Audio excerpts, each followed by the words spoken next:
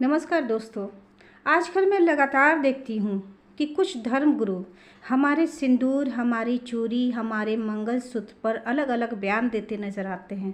ये सब कुछ हमारा है, हमारे अधिकार है, पर इसे कितना लगाना है, कितना पहनना है, कैसे क्या करना है, इसके लिए हमारे धर्मगुरु हमें बताते हैं।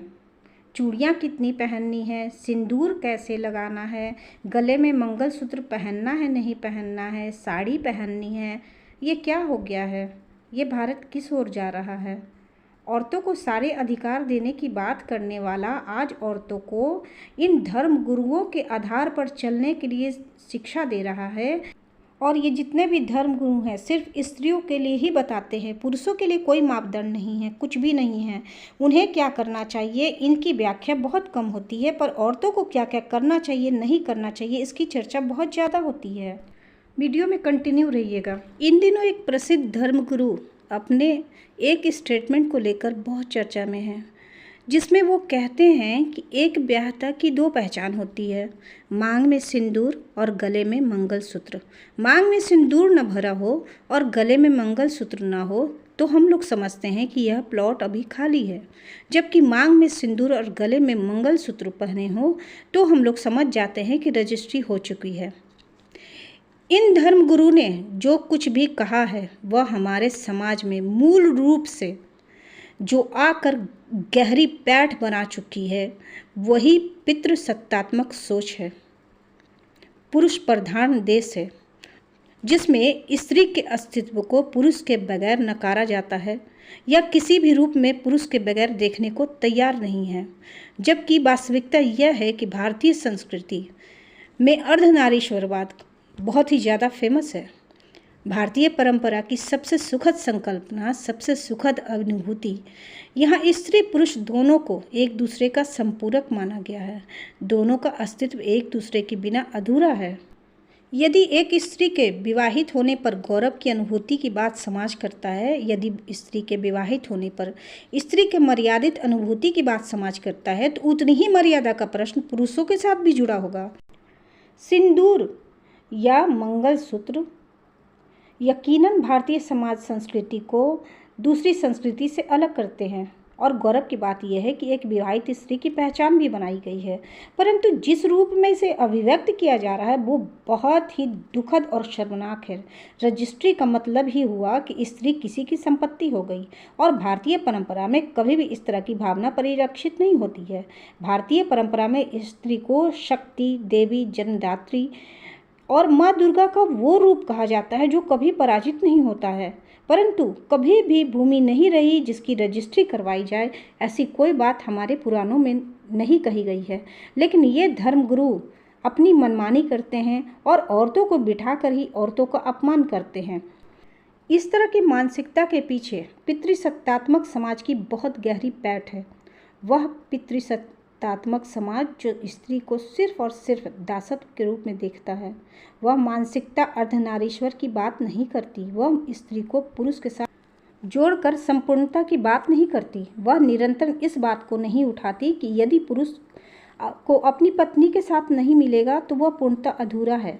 वह निरंतर सिर्फ इस बात को उठा रही है कि यदि स्त्री ने अपने विवाहित जीवन में परिपूर्णता हासिल नहीं की तो उसका जीवन नगण्य है।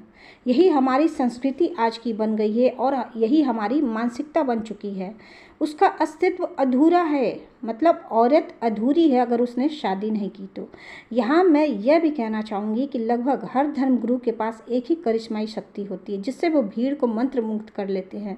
उस मंत्र मुग्धता में स्वयं स्त्री भी इस बात से परिचित नहीं हो पाती कि जो कहा जा रहा है वह उसके आत्मसम्मान को ठेस पहुँच रहा है उस बात से या नहीं, या उसका अहित हो रहा है या नहीं, या उसके सम्मान को बढ़ाया जा रहा है, या एक प्रकार का हिप्नोटिज्म है जिसके अंदर औरतों को पता ही नहीं चलता कि किस तरह उनकी मानसिकता के साथ खिलवाड़ हो रहा है, उनके धर्म के प्रति जो रुझान है उसके प्रति खिलवाड़ हो रहा है, उसके साथ खिलवाड़ हो रहा है।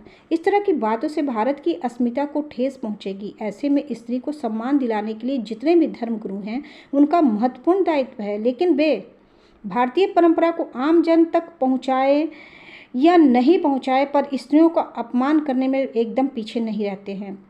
उन्हें ये बताना चाहिए कि स्त्री संपत्ति नहीं है, वह शक्ति है जो अपने पति के जीवन की धुरी है।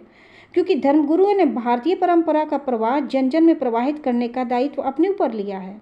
यहाँ जिन व्यक्तित्व की चर्चा हो रही है वे भी भारत के एक स्थापित गुरु हैं और उन्होंने सनातनी परंपरा को स्थापित करने का दायित्व भी लिया है। इसलिए यह चर्चा का विषय यह नहीं है कि उन्होंने अपने दायित्व का निर्वहन करने के लिए किन शक्तियों का प्रयोग किया। चर्चा का विषय यह है कि उनके द्वारा बोले गए हर शब्द एक आम व्यक्ति के मन मस्तिष्क पर क्या प्रभाव डाल रहे हैं, गहरी प्रभाव डाल रहे हैं या लोग यूं ही ले रहे हैं।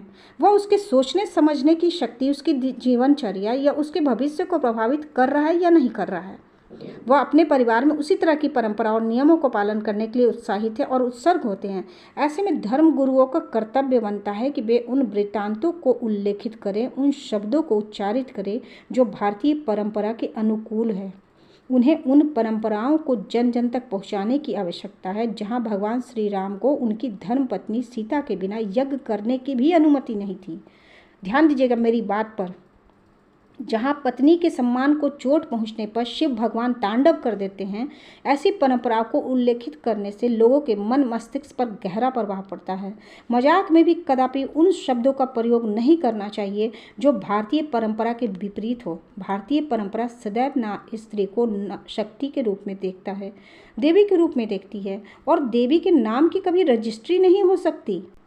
सिर्फ भारत में ही नहीं बल्कि विश्व भर को इस बात का ज्ञान होना आवश्यक है या जानकारी होनी आवश्यक है कि भारत वह धरा है जहाँ शिव शक्ति की आराधना करते समय पहली बार पार्वती का नाम ओम नमः पार्वतीय पते हर हर महादेव लिया जाता है, जो भारतीय परंपरा में स्त्री और पुरुष एक दूसरे के पूरक और एक दूसरे के नाम से जाने जाते हैं।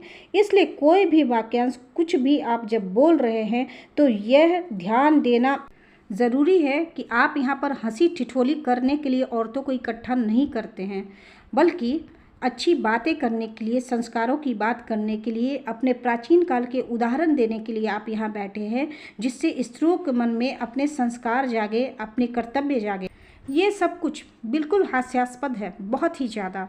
कोई गुरु जी कहते हैं कि सीता ने अपनी मर्यादा का ख्याल नहीं रखा, इसलिए रावण उन्हें हर कर ले गया। मैं पूछती हूँ कि लक्ष्मण उनसे छोटे थे और लक्ष्मण रेखा खींच दी और सीता उस रेखा से बाहर आ गई तो तभी रावण आकर ले गया। मान लीजिए इस समय कोई आग लग जाती कुटिया के अंदर तो सीता लक्ष्मण रेखा के अंदर ही जल के भस्म हो जाती। मतलब तब भी यही दिखाया गया कि औरतों के पास अपने दिमाग नहीं होते, जो मर्द कहे, जो पुरुष कहे वही माने, वो चाहे छोटे हों या बड़े हों। मैं अब तक इंतज़ार कर रही थी कि शायद कोई बोले इस मैटर पर किसी ने ज़ुबान खोलने की हिम्मत नहीं की, पर मैंने की है क्योंकि मुझे बुरी लगी ये बातें। हम लोग किसी की संपत्ति नहीं हैं, हम हकदार हैं एक दूसरे के पर्याय हैं, पर संपत्ति किसी की भी नहीं है। तो मैंने आवाज़ उठाई है और मैं चाहती हूँ कि और लोग भी इसके बारे में आवाज़ उठाएं। अंधा विश्वास ना करें, अंधभक्त ना बने, धर्म का आचरण जरूर करें, पर जो गलत बातें आपको बोलते हैं उसका विरोध जरूर करें। मैंने उस वीडियो में देखा है, औरतें मुस्कुरा रही थी, हंस रही थी, उन्हें पता ही नहीं चल रहा था कि उनका किस तरह अपमान किया जा रहा है।